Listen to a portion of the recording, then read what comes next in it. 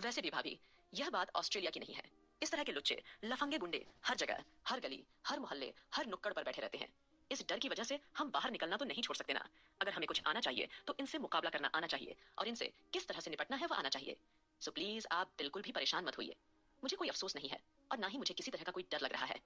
अब कहीं ना कहीं आस्था की बातों ने एंजेल के अंदर एक अलग तरह का जोश भर दिया और वो अपने आंसुओं को पोंछकर दबी हुई आवाज में बोली, तुम बिल्कुल ठीक कह रही हो आस्था। मैं बिल्कुल भी नहीं डरूंगी, बिल्कुल भी नहीं घबराऊंगी। मैं जानती हूँ कि मैं थोड़ा सा ज्यादा ही ओवर रिएक्ट कर जाती हूँ, लेकिन मुझे पूरी उम्मीद है जब तक तुम मेरे साथ हो तब तक मुझे किसी भी तरह का डर या कोई घबराहट बिल्कुल भी नहीं महसूस होगी। यह बोलते हुए एंजल ने आस्था को गले से लगा लिया था और फिलहाल जल्दी ही वह लोग घर की ओर रवाना हो चुके थे। वहीं दूसरी ओर अब सभी लड़कों का मुंह पूरी तरह से लटका हुआ था और सभी हाल में बैठे थे। और लड़कियां जो कि अपने अपने पार्टनर के साथ एक बेहतरीन रोमांस करने के बाद उन सभी के गाल पूरी तरह से ब्लश हो रहे थे, क्योंकि कितने ही दिनों के बाद उन लोगों ने आपस में इस तरह का स्पेशल मोमेंट्स साथ में शेयर किया था और कितना ही वक्त साथ में बिताया था। इसी वजह से इस वक्त सभी बहुत ही ज्यादा खुश थी और तभी सभी फ्रेश होने के बाद अच्छे से खुद को बनाकर सिंगार करके बाहर आ गई और आकर अपने अपने पार्टनर्स के साथ हॉल में बैठ गई। नानी माँ और दादाजी भी वहां मौजूद थे और अभिमान जी भी सभी को शांत नजरों से देख रहे थे। घर का पूरा माहौल शोर और खुशियों से भरा हुआ था, एकदम भरा पूरा परिवार लग रहा था। तभी अचानक अभिमान जी के दिमाग में एक शरारत सूझी और वह थोड़ा तेज आवाज में बोले, वसुंधरा, वसुंधरा। अब वसुंधरा जो कि मैले कुचैले से साड़ी में वहां पहले से ही किचन में काम कर रही थी, क्योंकि जब से दादाजी ने अरमान के सामने उसे नौकरानी कहकर इंट्रोड्यूस करवाया था और यह कहा था कि वह इस घर की नौकरानी है और घर के सारे काम यही किया करेगी। और राजेश को भी उन्होंने इसीलिए गांव भेज दिया था ताकि वसुंधरा और वीर घर में नौकर के रूप में उसकी जगह ले सके। फिलहाल अभिमान जी ने इस बात का थोड़ा फायदा उठाना चाहा और अपने भरे पूरे परिवार को सामने देखकर उनके दिमाग में एक आइडिया आया और उन्होंने फटाफट से वसुंधरा को आवाज लगाना शुरू कर दिया। हालांकि वो वसुंधरा से बेहद नफरत करते थे, क्योंकि जब से अभिमान जी ने वसुंधरा को अमरीश रायचंद के साथ अपने ही बेड पर देखा था तब से उनके दिल में वसुंधरा के लिए इतनी नफरत जन्म ले चुकी थी जिसके बारे में कोई अंदाजा नहीं लगा सकता था। लेकिन उस वक्त वो कमजोर थे, हर तरह से कमजोर। ऊपर से शराब की लत ने उनकी पूरी जिंदगी तबाह कर दी थी। उन्हें जानबूझकर अमरीश ने शराब की लत लगवाई थी ताकि वह अपने घर परिवार से दूर हो जाए। केवल अरमान और दादाजी ही थे जो उनका ख्याल रखते थे, लेकिन फिलहाल अब उन्हें मौका मिल चुका था अच्छी तरीके से इन सब चीजों के बीच उससे बदला लेने का। अगर दादाजी अरमान के सामने ऐसा कुछ नहीं बोलते तो शायद अभिमान वसुंधरा को इसी तरह से घर में रहने देता और अंदर ही अंदर घुटता रहता। लेकिन अब अभिमान जी ने मन बना लिया कि जब उन्हें फ्री की नौकरानी मिली है तो क्यों ना उसी से सारे काम करवाए जाए। तो कहीं ना कहीं इसी सोच के साथ उन्होंने गहरी सांस ली और वसुंधरा को पुकारा। वसुंधरा, वसुंधरा जो कि किचन में मौजूद थी अंदर ही अंदर खौल रही थी, क्योंकि जब से अरमान के सामने दादाजी ने उसे नौकरानी के रूप में इंट्रोड्यूस करवाया था उसके चेहरे से गुस्सा खत्म होने का नाम ही नहीं ले रहा था। कहाँ तो वह इस घर की महारानी बनने आई थी और कहाँ उसे नौकरानी बना दिया गया था। वहीं वीर तो पास में ही खड़ा होकर अपनी माँ को सवालिया नजरों से देख रहा था और वसुंधरा उससे नजरें चुरा रही थी। तब वीर ने आगे बढ़कर वसुंधरा का हाथ पकड़ा और झल्लाकर बोला, ये सब क्या है मोम? मैं ड्राइवर, वो भी मैं वीर रायचंद। मेरे आगे पीछे ड्राइवर की फौज रहा करती थी, लेकिन आज मैं यहाँ पर एक मामूली सा ड्राइवर और एक मामूली रामू काका बनकर सब्जी वाला काम करूंगा? नहीं, बिल्कुल नहीं, यह सब मुझसे नहीं होगा माँ। इससे अच्छा तो मैं सड़क पर भीख मांग कर गुजारा कर लूंगा, लेकिन इतनी खूबसूरत लड़कियों के बीच में मैं नौकर बनकर बिल्कुल नहीं रहूंगा। कहीं ना कहीं वीर को बहुत ही ज्यादा शर्म महसूस हो रही थी कि भला इतनी सारी लड़कियों के बीच में वह नौकर बनकर कैसे रह सकता था। इट इज इम्पॉसिबल, क्योंकि यह उसके लिए पॉसिबल नहीं था। एक जमाने में वीर बहुत बड़ा बिजनेसमैन था, उसके आगे पीछे लड़कियों के साथ साथ नौकरों की भी लाइन लगी रहती थी। लेकिन अब सब कुछ इतना ज्यादा बदल चुका था कि उसे शर्मिंदगी महसूस हो रही थी और वह बहुत परेशान था। तब वसुंधरा ने दांत पीसते हुए उसे समझाया, अपनी फालतू की बकवास बंद कर। क्या तू भूल गया पिछले 6 महीने हमने किस तरह से दूसरों की छूटन खाकर जिंदगी गुजारी है? किसी ने हमें अपने घर में झाड़ू पोछा, बर्तन या नौकर तक का काम भी नहीं दिया, क्योंकि सब लोग हमें पागल समझते थे। सब लोग भूल चुके थे कि असल में मैं कौन थी। क्या हुआ अगर मैं नौकरानी बन गई हूँ तो? और तू नौकर। याद रखना, नौकरानी और महारानी में ज्यादा फर्क नहीं होता है। बहुत जल्द मैं इस घर पर राज करूंगी, मुझे पूरा यकीन है। बस अभी फिलहाल जो हो रहा है उसे होने दे। ये सब अरमान की याददाश्त जाने की वजह से बिगड़ा है, वरना नौकर तो हम इस घर में किसी भी कीमत पर बनकर नहीं रहते। लेकिन फिलहाल हमारी जान बच गई है, यही हमारे लिए बहुत है। तू अच्छी तरह जानता है कि अरमान हमसे कितनी नफरत करता है, और अगर उसने नौकर के रूप में हमें कबूल कर लिया है तो हमें वही बनकर रहना होगा, क्योंकि इस वक्त वह एक जख्मी शेर है, भूला हुआ शेर है। समझ रहा है ना तू मेरी बात? धीरे धीरे मैं सब ठीक कर दूंगी, फिलहाल तू मुझ पर यकीन रख। यह बोलकर वसुंधरा ने वीर को अपनी चाल में शामिल करने की कोशिश की, लेकिन तभी उसके कानों में अभिमान जी की आवाज सुनाई दी, इसलिए वह दांत पीसकर तुरंत अभिमान के सामने जाकर खड़ी हो गई। वहीं बाकी सब लोग भी अब शॉक्ड होकर, स्पेशली लड़कियां जिन्हें नहीं पता था कि वसुंधरा असल में नौकरानी बन गई है, वसुंधरा को नौकरानी के अवतार में देखते ही सब सरप्राइज हो गई थी। रौनक, राधिका, वंशिका और रश्मि आश्चर्य से वसुंधरा को देखने लगी, क्योंकि थोड़ी देर पहले उसने जो साड़ी पहनी हुई थी वह काफी एक्सपेंसिव और अच्छी खासी दिख रही थी, लेकिन अब उसे अचानक नौकरों वाली साड़ी में देखकर सब एक दूसरे का चेहरा आश्चर्य से देखने लगी और आंखों ही आंखों में बातें करने लगी कि आखिर हुआ क्या है। तभी वहां अभिमान जी दमदार आवाज में सुनाई दी, पूरा परिवार यहाँ बैठा हुआ है। जाओ सबके लिए कॉफी बनाकर लाओ। और हाँ, एक काम करना, रौनक रश्मि बिटिया के लिए थोड़े फ्रूट वगैरह काट कर ले आना। अब जैसे ही अभिमान जी ने वसुंधरा को सबके सामने ऑर्डर दिया, वसुंधरा की आंखें उनके शब्दों पर चौड़ी हो गईं। फिलहाल वह अभिमान जी को कुछ भला बुरा कहना चाहती थी कि तभी उसे सीढ़ियों से अरमान आता हुआ दिखाई दिया। इसलिए वसुंधरा ने तुरंत ही अपनी गर्दन हाँ में हिलाई और फटाफट किचन में भाग गई, क्योंकि अभी वो अरमान का सामना नहीं करना चाहती थी। वहीं अरमान, जो इस वक्त एक कान में फोन लगाए और हाथ में लैपटॉप संभाले आ रहा था, अब जैसे ही सबकी नजरें उस पर पड़ी, तुरंत सब लड़कियां उठ खड़ी हुईं और नानी माँ के पास जाकर खड़ी हो गईं। क्योंकि अगर अरमान उन लड़कियों को इस तरह आकाश, सुमित, ध्रुव, आहान के पास देख लेता तो न जाने कितने ही सवाल पूछता। फिलहाल रश्मि आकाश से थोड़ी दूरी बनाकर वहीं बैठ गई थी, लेकिन बाकी तीनों, राधिका, वंशिका और रौनक, नानी माँ के पास जाकर खड़ी हो गईं। वहीं अब चारों लड़के, जिनके कानों में अभी भी अरमान की कही हुई बातें गूंज रही थीं, वो काफी परेशान थे और सभी के मुंह लटके हुए थे। यह बात लड़कियों ने भी नोटिस कर ली थी। फिलहाल जैसे ही अरमान वहां आया, उसने नानी माँ और बाकी तीनों लड़कियों पर उचटती सी नजर डाली और आराम से जाकर अपनी किंग चेयर पर बैठ गया और थोड़ी तेज आवाज में चिल्लाया, वीर, मेरे लिए ब्लैक कॉफी लेकर आओ। अरमान ने वीर को रोबदार आवाज में समझाया, अब जब राजेश अपने गांव गया हुआ है तो इसीलिए अब मेरा सारा काम तुम करोगे। याद रखना, कॉफी मेरी फेवरेट है और मैं ब्लैक कॉफी पीता हूँ, तो जाओ जाकर मेरे लिए ब्लैक कॉफी बनाकर लाओ। अब वीर, जो अरमान की आवाज सुनकर हाथ बांधकर उसके सामने खड़ा हो गया था, उसने एक नजर अरमान को देखा और फिर उसकी नजर रौनक, वंशिका, राधिका पर पड़ी तो वह तुरंत ही शर्मिंदा हो गया, क्योंकि इतनी हसीन खूबसूरत लड़कियों के सामने इस तरह से ऑर्डर दिए जाने पर उसे बहुत ज्यादा शर्मिंदगी महसूस हुई। लेकिन फिलहाल वह क्या कर सकता था, इसलिए वो फटाफट से अरमान के लिए ब्लैक कॉफी बनाने चला गया। यह देखकर लड़कियों को हंसी आ गई। नानी माँ ने उन्हें कम शब्दों में समझा दिया था कि इस तरह से वसुंधरा और वीर को नौकर बनाया गया है। तो अब लड़कियां, जो कि कुछ ज्यादा ही चुलबुली थीं, अचानक पेट पकड़कर हंसने लगी। रौनक तो कुछ ज्यादा ही शरारती थी। वह तुरंत अरमान के पास आई और उसके कंधे पर हाथ रखकर बोली, अरमान भाई, मजा ही आ गया। आपने शक्ल देखी थी वीर की? अरे, मैं तो कब से कह रही हूँ कि मुझे यह वीर का यहाँ रहना बिल्कुल पसंद नहीं आ रहा है, लेकिन मेरी बात कोई सुन ही नहीं रहा था। अब देखा, अरमान भाई ने जैसे ही उसे ब्लैक कॉफी लाने का ऑर्डर दिया तो उसकी बंदर जैसी शक्ल देखने लायक थी। ये बोलकर रौनक अरमान के कंधे पर हल्के से थपकी मारकर जोरों से हंसने लगी, क्योंकि जब से अरमान पूरी तरह आस्था के प्यार में था, रौनक और बाकी लड़कियां उसे अपने भाई की तरह ट्रीट करने लगी थीं और उसी तरह की बातें करने लगी थीं। सभी उससे बहुत घुल मिल गए थे। लेकिन अब रौनक को इस तरह की हरकतें करते हुए देखकर आहान ने अपने दांतों तले उंगली दबा ली थी। वह तुरंत ही मन में बुदबुदाया, ये क्या कर रही है, ये हवाई, खुद तो मरेगी और मुझे भी मरवाएगी। क्या जरूरत थी शेर के मुंह में हाथ डालने की। सीधा अरमान भाई के कंधे पर हाथ रखकर हंस रही है। अब पता नहीं भाई इसके साथ क्या करेंगे, कहीं वो इसे उठाकर अभी बाहर न फेंक दें। अगर यह इस घर से बाहर चली गई तो मेरा क्या होगा, मेरे बच्चे का क्या होगा। अब यह सोचते ही आहान ने तुरंत ही रोने की शक्ल बनाते हुए कहा, नहीं नहीं। और वह तुरंत हड़बड़ाहट में रौनक के पास आया और उसे अरमान के पास से हटा दिया। फिर रौनक को डांटते हुए बोला, तुम पागल हो गई हो क्या, ये कैसी हरकत कर रही हो। अरमान भाई को बिल्कुल पसंद नहीं है कि कोई उन्हें इस तरह से टच करे, और तुम खी खी खी करते हुए अरमान भाई को टच कर रही हो। कहीं ना कहीं आहान खुद रौनक को डांट कर अरमान की डांट से, इनफैक्ट उनकी सजा से बचाना चाह रहा था। वहीं अरमान, जो अभी भी अपने उसी कंधे को देख रहा था जहां पर अभी रौनक ने हाथ रखा था, अचानक उसकी आंखें गुस्से से एकदम लाल होने लगी। जो दादाजी देख चुके थे कि इस वक्त अरमान अपना गुस्सा किस कदर कंट्रोल करने की कोशिश कर रहा है, तभी अचानक अरमान ने तमतमाते हुए अपना फोन और लैपटॉप एक साइड में रखा और उठ खड़ा हुआ। और वह सीधा नानी माँ के पास आया और उन्हें गहरी नजरों से देखते हुए बोला, लगता है आपने अपनी बेटियों को कुछ खास तमीज नहीं सिखाई है। देखिए, मैं जानता हूँ कि मेरे दादाजी ने आप लोगों को यहाँ रहने की इजाजत दी है, या फिर शायद मैंने भी दी होगी, और हो सकता है कि मेरी कुछ यादें चली गई हों, लेकिन इसका मतलब ये बिल्कुल भी नहीं है कि आप मेरी चली गई हुई यादों का इस तरह से नाजायज फायदा उठाएंगे। मैं अच्छी तरह जानता हूँ कि आप जैसे छोटे और गरीब लोग अपनी घर की लड़कियों का इस्तेमाल करके अमीर लोगों को फंसाने का काम करते हैं, ताकि उनका रुपया पैसा लेकर रफू चक्कर हो जाए। लेकिन मेरी एक बात कान खोलकर सुन लीजिए, भले ही आपकी यह ट्रिक्स कहीं और काम करती हो, लेकिन सिंघानिया मेंशन में आपकी यह ट्रिक बिल्कुल भी काम नहीं करेगी, क्योंकि सिंघानिया मेंशन में प्यार और शादी जैसी चीजों की कोई जगह नहीं है। अरमान बड़े ही छपा छपा कर नानी माँ को बातें सुना रहा था। वहीं राधिका और वंशिका यह देखकर पूरी तरह से शॉक्ड हो गई थी। वहीं रौनक को तो अब अरमान की बात सुनकर और भी ज्यादा बुरा लग रहा था। उसे अब अपनी नासमझी पर अफसोस हो रहा था कि उसने बेकार में सब लोगों को डांट पड़वा दी। वह नानी माँ के पास आकर पप्पी सा फेस बनाकर खड़ी हो गई थी। तभी नानी माँ अरमान को देखकर नम आंखों से बोली, नहीं नहीं बेटवा, आप हमें गलत समझ रहे हैं, ऐसा कुछ नहीं है। वह तो बच्ची है, थोड़ी सी ना समझ है। मैं आइंदा उसे समझा दूंगी, वह आगे से आपके आसपास भी नहीं भटकेंगी। कृपा करके आप उसे बच्ची समझकर माफ कर दीजिए।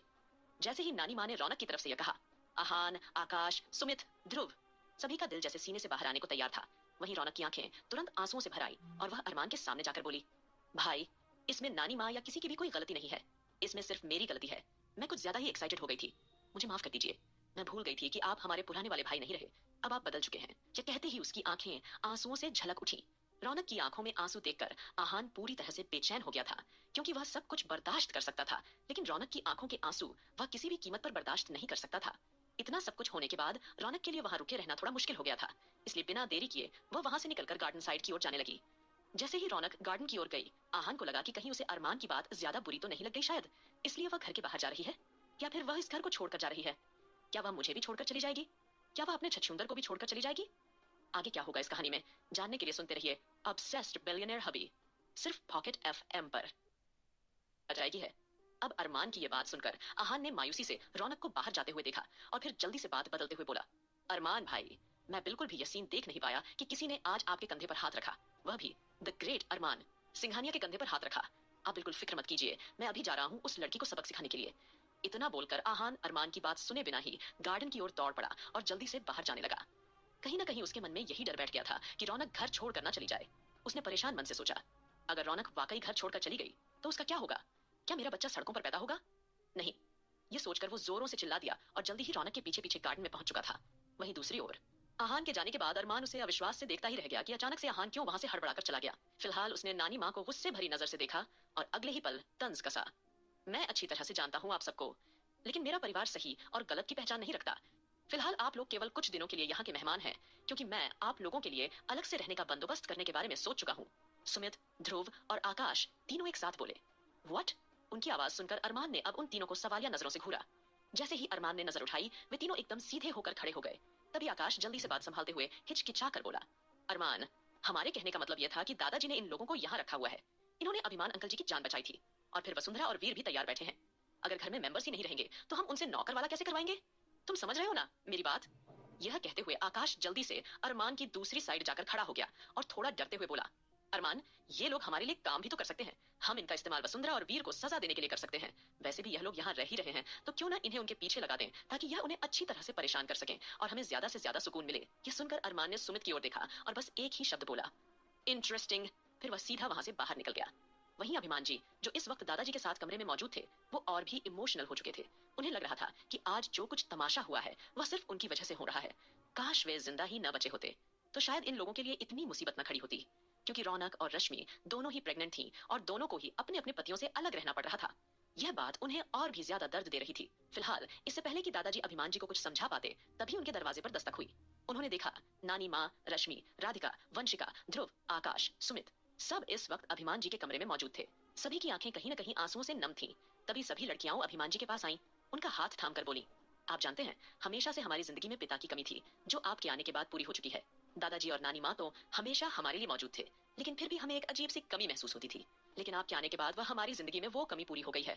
तो आपको क्यों लगता है कि आपकी वजह से हमें कोई परेशानी हो सकती है? फिर नानी माँ अभिमान जी को समझाते हुए कोमलता से बोली, बेटा, हम जानते हैं कि यह मुश्किल घड़ी है, लेकिन इसमें आपको खुद को दोष देने की कोई जरूरत नहीं है। यह सुनकर अभिमान जी तुरंत भावुक हो उठे। उन्होंने सबको गले से लगा लिया और हल्की नम आंखों से बोले, आपको पता है माँ? अभिमान जी ने भावुक होकर नानी माँ को माँ बुलाया था। फिर वो दर्द भरी आवाज में आगे बोले, आज पहली बार मुझे ऐसा लग रहा है जैसे मुझे मेरी माँ मिल गई हो। नानी माँ ये शब्द सुनकर पूरी तरह गदगद हो उठी। उन्होंने अभिमान जी के माथे को चूम कर कहा, बेटा, ऐसा लग रहा है कि हमारी जिंदगी की एक बड़ी कमी पूरी हो गई है। हमारे पास बेटा तो था, लेकिन हमारे संगे बेटे ने कभी वह मान, सम्मान और प्यार नहीं दिया जो हमें तुमसे मिला है। ये बोलते हुए नानी माँ की आंखों से झरझर आंसू बहने लगे। थोड़ी देर तक अभिमान जी और नानी माँ गले से लगकर रोते रहे। ऐसा लग रहा था जैसे बरसों बाद माँ बेटे का मिलन हो रहा हो। फिलहाल सभी उदास से थे। तभी वंशिका सिचुएशन संभालते हुए बोली, आप सब बिल्कुल भी परेशान मत होइए। वैसे भी मैंने इसके रिगार्डिंग अपने गुरुजी से बात कर ली है। बहुत जल्द ही हम इसका एंटीडोट बनाने की पूरी कोशिश करेंगे, क्योंकि जानबूझकर अरमान भैया की केवल वही यादें मिटाई गई हैं जिन यादों में हम लोग उनकी जिंदगी में आए थे। स्पेशली आस्था उनकी जिंदगी में आई थी। मुझे ऐसा लग रहा है कि कोई जानबूझकर अरमान भाई को फिर से दर्द भरी अंधेरों की दुनिया में वापस धकेलना चाहता है, जिससे वह कभी बाहर ना निकल पाए। मुझे लगता है कि हमें उस अनजान दुश्मन के बारे में तो पता लगाना ही चाहिए, लेकिन उससे पहले हमें भाई को ठीक करने की पूरी की करनी होगी। सभी लोग वंशिका की बातें बड़े ही ध्यान से सुन रहे थे और आकाश ने अपने आदमियों को एक्टिवेट कर दिया था। साथ ही साथ टाइगर और मारिया से बढ़िया कोई इन्वेस्टिगेटर हो ही नहीं सकता। उन्हें ही इस बारे में पता लगाने के लिए भेजना होगा कि आखिर ब्लैक डेविल को मारते वक्त अरमान के साथ चॉपर में लास्ट टाइम कौन था और किसकी हिम्मत थी जिसने अरमान सिंघानिया के चॉपर पर कब्जा कर लिया और अरमान शरीर में एक खतरनाक वायरस इंजेक्ट किया जिसने उसकी यादों को मिटा दिया। फिलहाल सभी के चेहरे पर एक हिम्मत, एक जज्बा दिखाई दे रहा था कि वो सब बहुत जल्द अरमान को इस सिचुएशन से निकाल कर रहेंगे, और न केवल निकाल कर रहेंगे बल्कि उसके गुनहगारों का भी पता लगा कर रहेंगे। इसी बीच दादाजी सबको टोका। वैसे भी अब धीरे धीरे टाइम गुजर रहा है और आस्था बेटी के 15 दिन भी पूरे होने वाले हैं। हमें पूरी उम्मीद है कि आस्था बेटी के आते ही कुछ न कुछ तो बदलाव होगा और क्या पता अरमान को कुछ याद दिया जाए। तभी ध्रुव मायूसी से बोला, नहीं दादाजी, अगर आपको यह लगता है कि आस्था भाभी को देखने के बाद अरमान भाई को कुछ याद आ जाएगा, तो ऐसा नहीं होगा, क्योंकि उनकी यादों को मजबूती से मिटाया गया है। लेकिन तभी रश्मि बोली, भले ही अरमान के दिमाग के साथ छेड़छाड़ की गई है, लेकिन अरमान का दिल, वह तो आज भी आस्था के लिए ही धड़कता है। हमें पूरी उम्मीद है कि कुछ न कुछ जरूर होगा। आस्था को देखने के बाद अरमान जरूर उसकी ओर आकर्षित हो जाएगा। कुछ न कुछ तो जरूर होगा। उसे इतने कॉन्फिडेंस से बोलते हुए देखकर सबने उसकी हाँ में हाँ मिलाई थी। फिलहाल वहीं दूसरी ओर गार्डन में अहान और रौनक बैठे हुए थे। रौनक के चेहरे पर मायूसी साफ झलक रही थी। रौनक के एक्सप्रेशन देखते हुए अहान ने तुरंत अपने दोनों कान पकड़ लिए और रौनक के सामने जमीन पर बैठते हुए सिर झुकाकर बोला, मैं अच्छी तरह से जानता हूँ कि मैंने आज तुमको बहुत ज्यादा तकलीफ पहुंचाई है। लेकिन रौनक तुरंत रिएक्ट करते हुए उठ खड़ी हुई और अहान का हाथ थामकर उसे अपने पास बैठाते हुए चंचलता से बोली, ये तुम कैसी बातें कर रहे हो?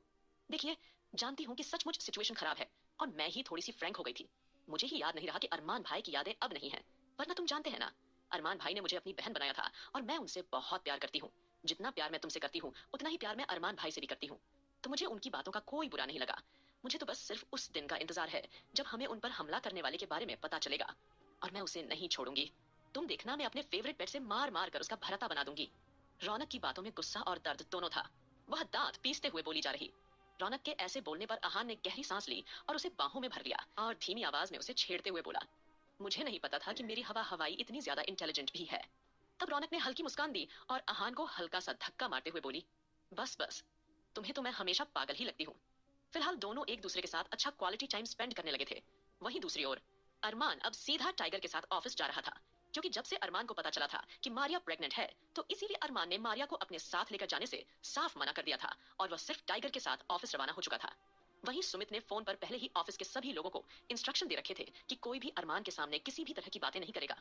और वैसे भी जब से अरमान नॉर्मल हुआ था, सब लोगों से बड़े ही प्यार से पेश आता था।